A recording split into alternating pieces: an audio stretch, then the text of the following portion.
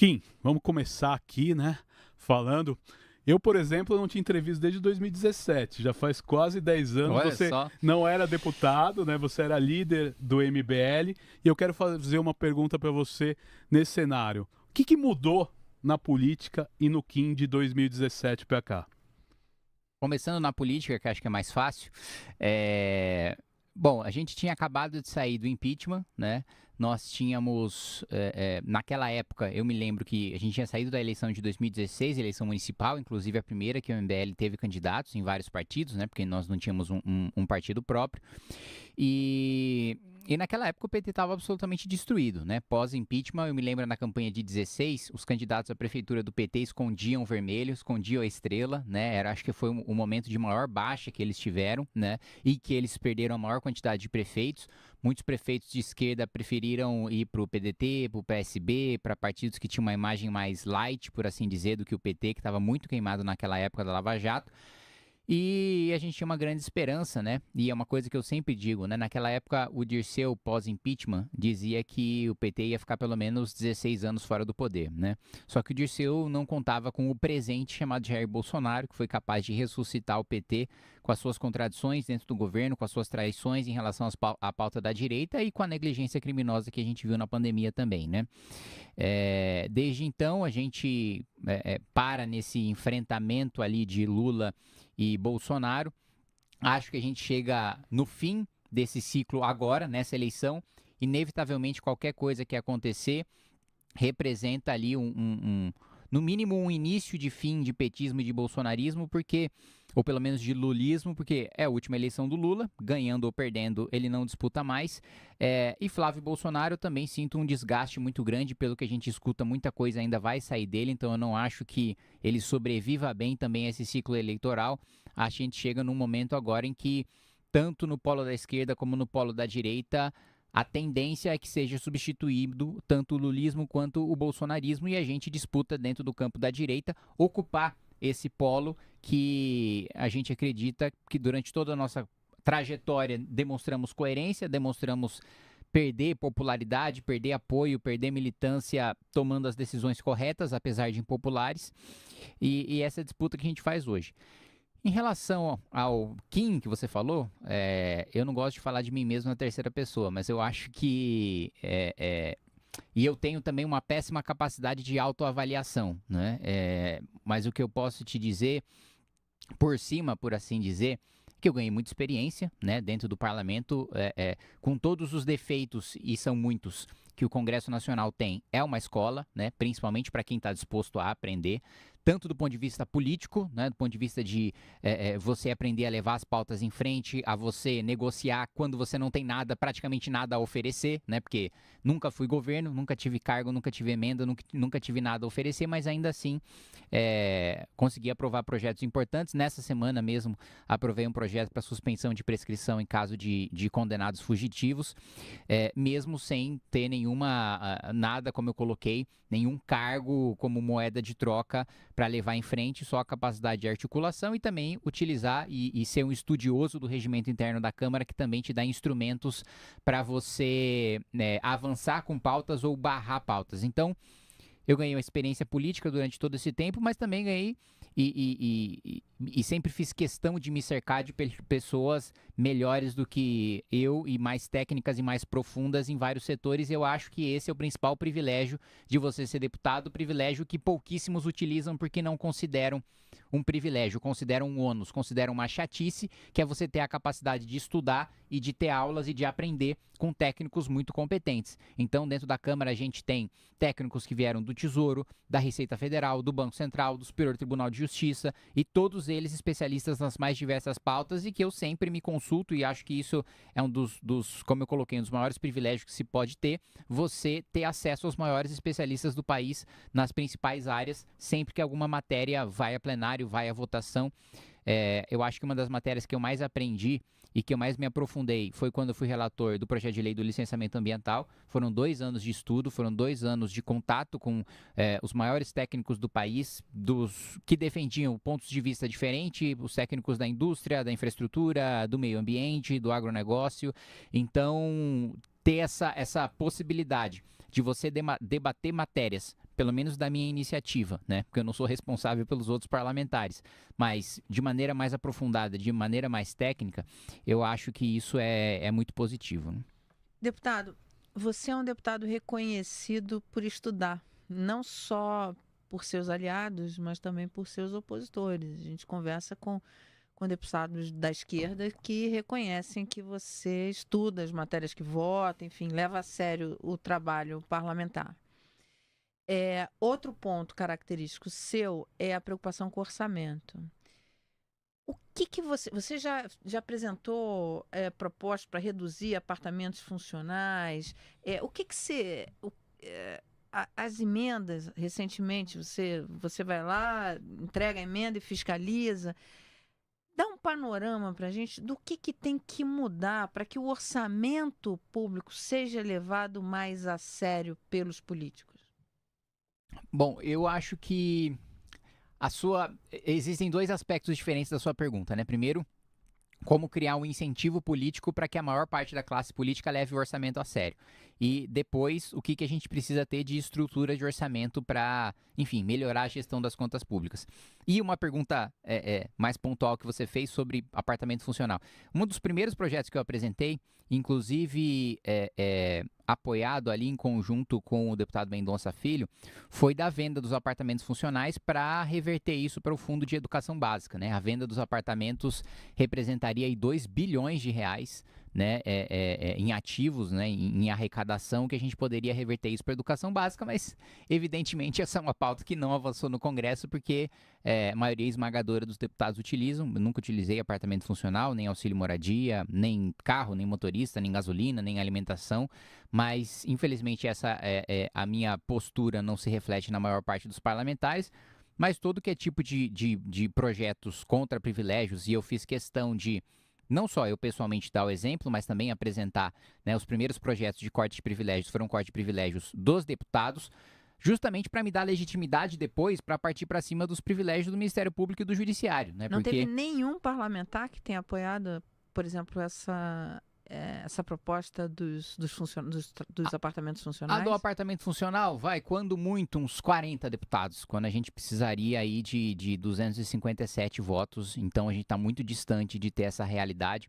Foi um parto para eu conseguir apresentar a PEC para cortar super salários, né? Eu demorei 2 anos para coletar 171 assinaturas, né? Eu vejo outros deputados coletando assinaturas para outras PECs com uma facilidade muito maior.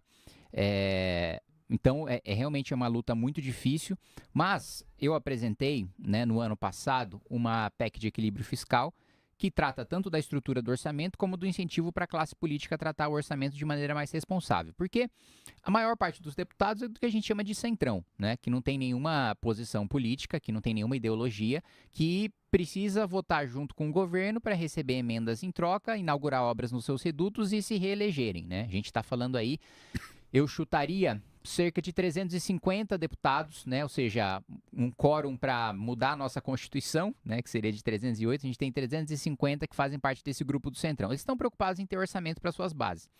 Eu até brinco de vez em quando no plenário, né? Falando, né? Tirando o sarro dos outros deputados que têm outros pré-candidatos à presidência da República, falando, olha, você vai ser base do Renan Santos, né? E aí alguns me respondem, claro, eu sou base de todos.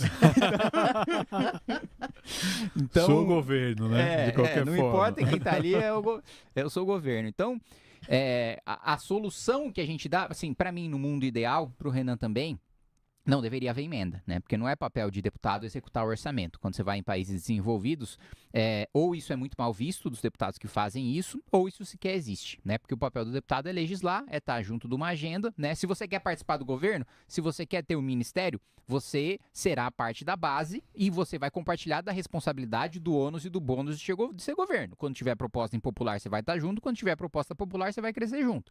É o que acontece no mundo desenvolvido.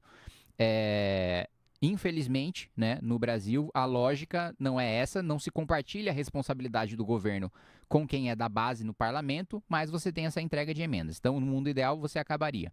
Mas como a gente sabe que nós não estamos no mundo ideal, o incentivo que a gente propõe criar para que o parlamento seja mais responsável com as contas públicas é desvincular da receita corrente líquida as emendas parlamentares. Então, hoje, qual que é o incentivo que os deputados têm? Quanto mais você arrecadar, mais emenda você tem para inaugurar no seu reduto eleitoral.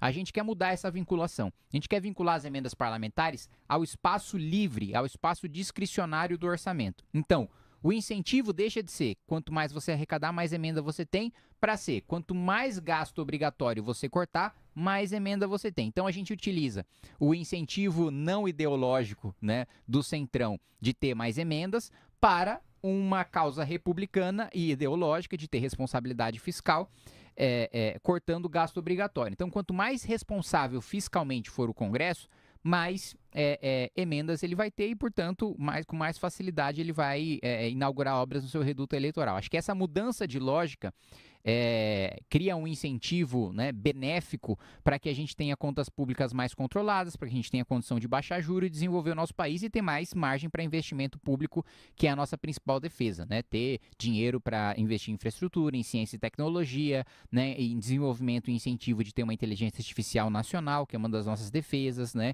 em aumentar o valor agregado que nós colocamos nos nossos produtos, em ter capacidade de investimento público para desenvolvimento nacional e processamento de terras raras. Então, abrir espaço no orçamento não é só uma questão de ter as contas equilibradas. Ter a conta equilibrada não é um fim em si mesmo. Ter a conta equilibrada é um meio para você abrir espaço de investimento e fazer com que o país se desenvolva. Então, a nossa proposta para mudar o incentivo político, resumindo aí a resposta para a sua pergunta, é ter essa desvinculação da receita e passar para a despesa livre. Primeiro eu vou explicar aqui para a nossa audiência, a do rádio não, mas a do chat, que é o seguinte: muita gente reclama que eu fico olhando no celular, mas é que eu estou olhando as perguntas que vocês estão fazendo. E é o nosso guia, exatamente, né? Estou olhando as perguntas que vocês estão fazendo para poder passar aqui pro... É onde a gente monitora tudo, né? Inclusive a participação e a interação.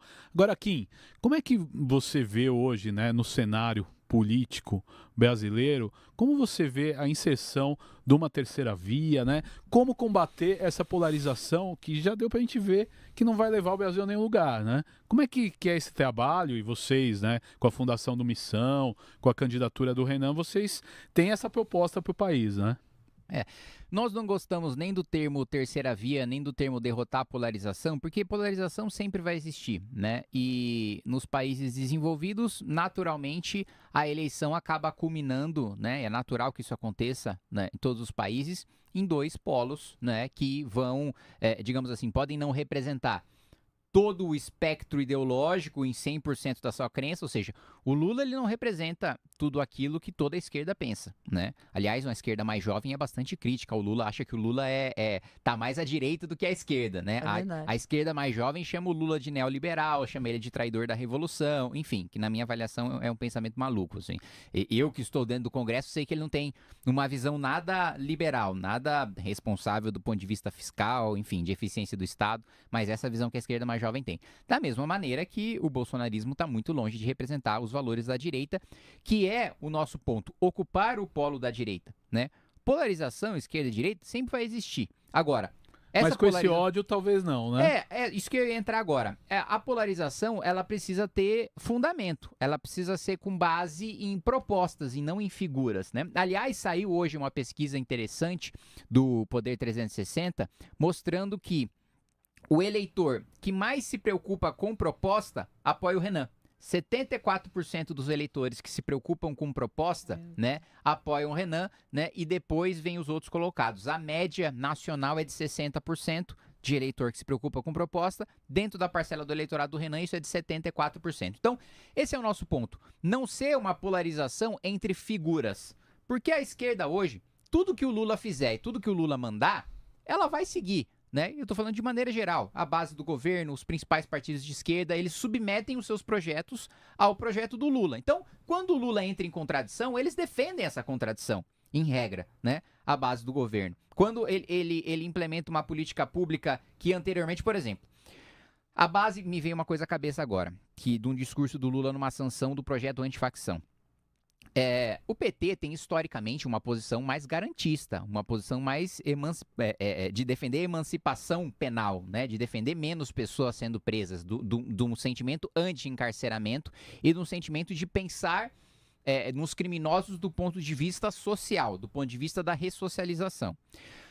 O Lula sancionou a lei antifacção, que vai no sentido contrário do que o PT sempre defendeu, de garantismo. É uma lei punitivista, é uma lei dura, né? É um relatório que inicialmente, né, o governo foi contra dentro da Câmara, mas por ser ano de eleição e por eles terem entendido que, digamos assim, o posicionamento pró-criminoso, pró-ressocialização é um posicionamento muito impopular e que pode fazer com que eles percam a eleição, o Lula sancionou o projeto e ele deu o discurso a favor do fim do auxílio reclusão para faccionados. E a defesa do auxílio reclusão sempre foi feita por parte do PT e por parte das esquerdas. Mas aí o Lula muda de posição por causa da eleição e não há crítica no campo da esquerda. Porque não existe uma coerência ideológica, um compromisso com um programa. Tem um compromisso com uma figura. Da mesma maneira, no lado do bolsonarismo, vamos pegar a perspectiva econômica, né? No último ano do mandato do Bolsonaro, ele aprovou uma PEC que criou um rombo nos cofres públicos, que foi a PEC Kamikaze. Apelidada de Kamikaze pelo próprio ministro da Economia do Bolsonaro, Paulo Guedes. E aí, os petistas e os bolsonaristas votaram junto nessa PEC. E o bolsonarismo, que deveria supostamente representar a direita, representar o fiscalismo, representar o equilíbrio fiscal, representar a responsabilidade com as contas públicas, vota a PEC Kamikaze e defende a PEC Kamikaze, porque eles não têm compromisso com o programa, eles têm compromisso com o que o Bolsonaro diz. E se o Bolsonaro ontem disse A e hoje diz B, eles fazem um malabarismo para defender o B, né? Ainda que historicamente tenha sido A, mesma coisa. O enfrentamento ao petismo, né? Sempre foi, né? E sempre foi esperado do bolsonarismo o enfrentamento ao PT. Mas aí, quando o Bolsonaro foi questionado sobre soltura do Lula, ele falou, se o Supremo entender que tem que soltar mesmo, né? E nomeou um ministro do Supremo que beneficiou o Lula, que foi o ministro Cássio Nunes, e nomeou um procurador-geral da República que beneficiou o Lula, que foi Augusto Aras, né? O bolsonarismo ainda hoje bate muito na tecla da liberdade de expressão. Mas eu me lembro quando o governo Bolsonaro colocou a Polícia Federal atrás de um sujeito que disse que o Bolsonaro era pior do que um pequi ruído. Né? Que é uma crítica política, assim, pelo amor de Deus, das mais leves, né? Chamam o presidente da República. Todo presidente da República é chamado de coisas muito piores, né? Por cidadãos, né? Ao longo de governos. Falar de um pequi ruído, você colocar a Polícia Federal pra ir atrás de um cara desse é completamente incompatível com a liberdade de expressão. Mas na época, os bolsonaristas defenderam que o cara do pequi ruído tinha que ser perseguido pela Polícia Federal. Então, o nosso ponto é o seguinte: a polarização que nós defendemos, porque sempre vai haver polarização, e é bom que haja, porque é melhor que haja polarização do que o debate seja unipolar, né? Que só tenha uma visão de mundo hegemônica, que é típica de regimes autoritários, numa democracia natural que haja polarização, mas que ela seja baseada num fundamento, numa proposta, porque eu sou cobrado pelo meu apoiador, pelo meu eleitor, quando parece haver uma contradição. Ele fala, pô, Gui, você defende tal coisa, nós defendemos tal coisa. Essa sua votação aqui parece contraditória, né? Então, quando eu mudo de ideia ao longo do tempo, eu preciso justificar, explicar por que eu mudei de ideia e aí tentar convencer o meu apoiador de que ele precisa também, e nem sempre eu consigo. Da mesma maneira como tem uma votação que parece contraditória, eu preciso explicar do porquê não é contraditória. É muito diferente do fanático petista ou bolsonarista que a todo custo vai defender o que o Lula faz ou o que o Bolsonaro faz.